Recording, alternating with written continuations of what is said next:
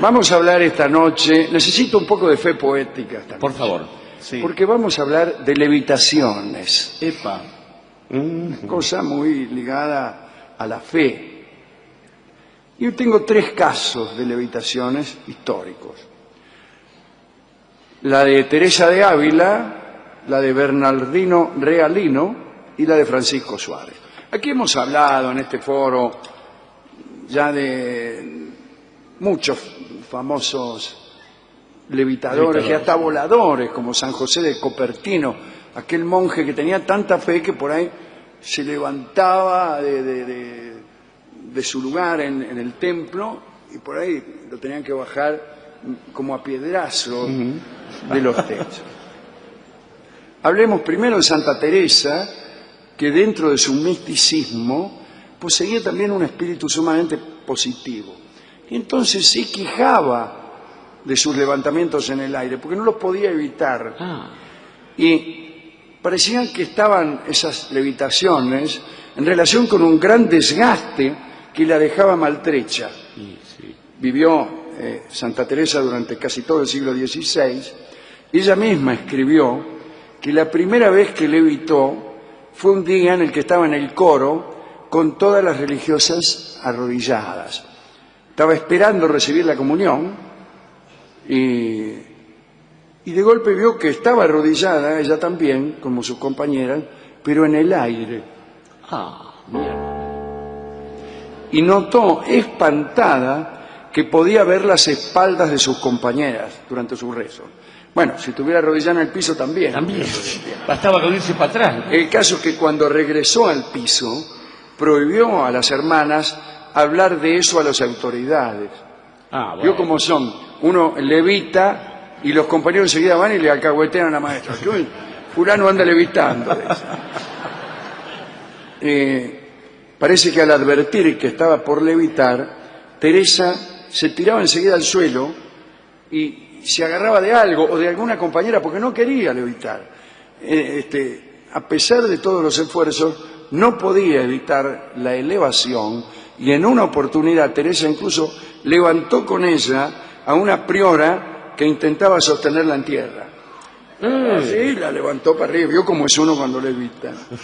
Dicen que Teresa suplicaba que Dios tuviera a bien no favorecerla con mercedes que se revelaran con signos externos.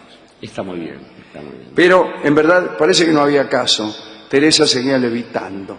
Cuando quería resistirse, sentía bajo los pies asombrosas presiones hacia arriba. Una de las levitaciones más célebres de Teresa de Ávila es la que experimentó al mismo tiempo que Juan de la Cruz, que había ido a visitarla al convento de la Encarnación. Y parece que cuando San Juan de la Cruz le estaba hablando de la Trinidad, él se elevó en el aire y junto con él su asiento.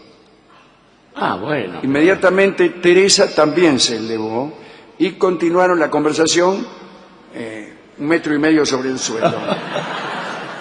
Ahora, otra de las monjas, Sor Beatriz de Jesús, entró por casualidad en aquel momento y vio semejante escena. Bueno, supongo que se habrá desmayado convenientemente. Otras carmelitas también fueron testigos y declararon en las actas, que luego sirvieron ya en 1622 para que Teresa fuera santa, todo esto que le acabo de contar. Otro, Francisco Suárez, un jesuita, que era de Granada, había nacido en 1548. Suárez también levitaba. Y Jerónimo da Silva, otro jesuita, lo vio. Parece que fue así el asunto. El superior Pedro de Aragón le ordenó a Jerónimo da Silva que le llevara un mensaje a Francisco Suárez. Dice, tomá, anda a llevar este mensaje a Francisco Suárez. Bueno, dijo el otro. Jerónimo fue hasta la celda indicada y antes de entrar se asomó. Y Francisco Suárez estaba rezando, suspendido en el aire. Bueno, entonces Jerónimo, vio cómo hace uno, ¿no? Jerónimo da Silva salió de allí con los pelos de punta y esperó un rato para ver si bajaba.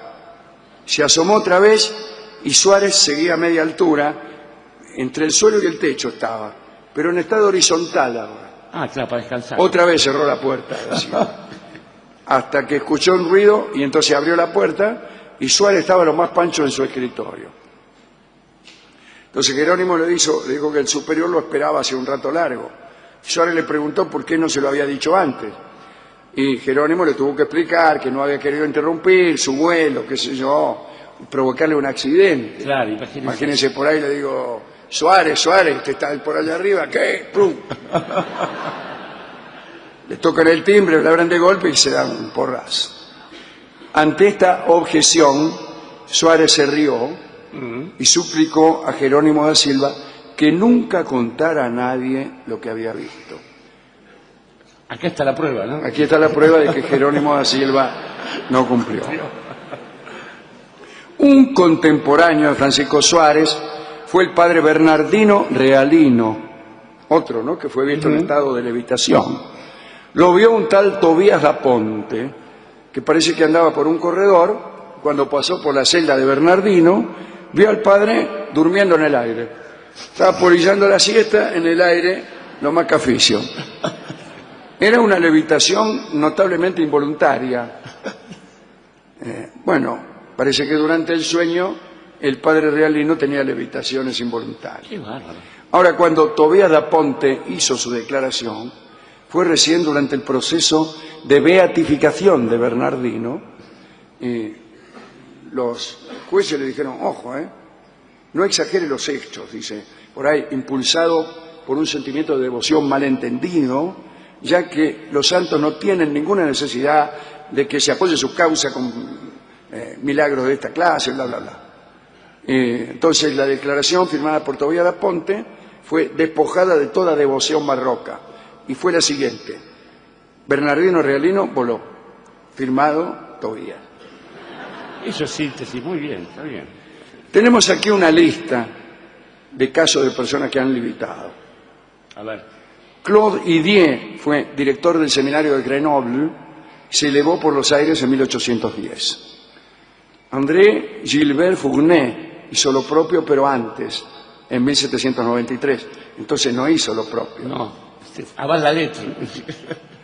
Debió esconderse por mucho tiempo, porque era la época del terror, imagínense, no se toleraban santidades elocuentes. No, claro, claro. Miquel Garicoitz, que murió en 1863, fue el fundador de una comunidad llamada Sacerdotes de Betarram, y este muchacho se elevaba cada vez que decía la misa. Empezaba a decir la misa y para arriba. Gemma Galgani de Lucca era una muchacha de Italia, una mujer romana, a pesar de llamarse de Lucca. No hace tanto murió, aquí, casi ya en nuestros tiempos, en 1903. Resulta que se ofendió una vez. Ella levitaba. Y un día, parece que ella cuando se hallaba en éxtasis, se elevaba a mucha altura, incluso a una altura suficiente como para abrazar, ponerle un crucifijo o un objeto cualquiera que en otras circunstancias no hubiera podido alcanzar. Claro, claro. Y el padre Constanzo Salvi le rogó que lo ayudara con sus facultades de levitación para limpiar los vitrales de la congregación. Qué gente. Y Gemma Galgani, desconsolada, abandonó aquel lugar y dice que también abandonó el ejercicio que la destacaba. Dejó de levitar. Esto me parece un gesto digno, ¿eh? Sí, claro que sí. Porque uno se rompe el espíritu para levitar y después usan esa facultad santa para limpiar los vidrios. No, señor. Así que yo creo que esta charla está dedicada a aquellos que levitando limpian vidrios ajenos. Está muy bien. Yo, usted sabe que he andado siempre en una actitud más bien reptil, ¿no? Pero conozco a muchos que teniendo la facultad de levitar han sido utilizados por sus amigos, sus familiares, sus novios, sus novias, para limpiar distintas clases de vidrios, para recobrar pelotas perdidas, podar árboles, etcétera, ¿no?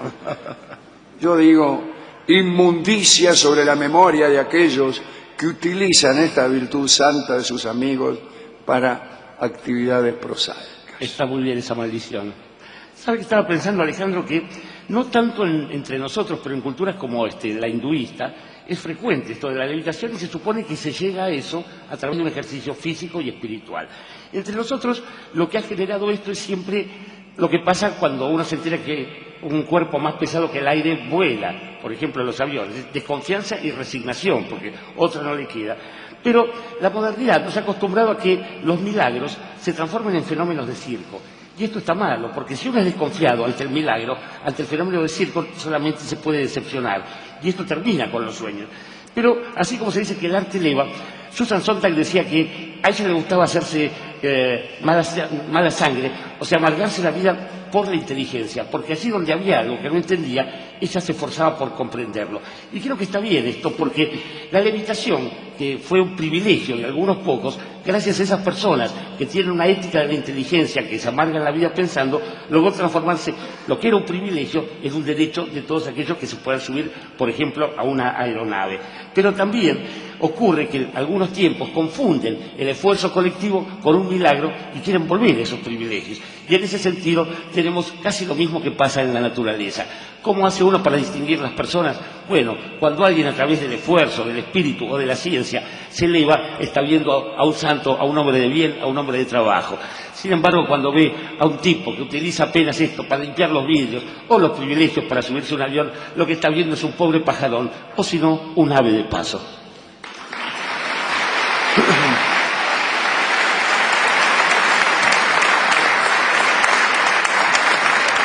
Ave de paso es también una bella canción de Charlo que escucharemos por su autor en el final de otro día en el que se conmemora el principio de unos vuelos que ya no tienen retroceso.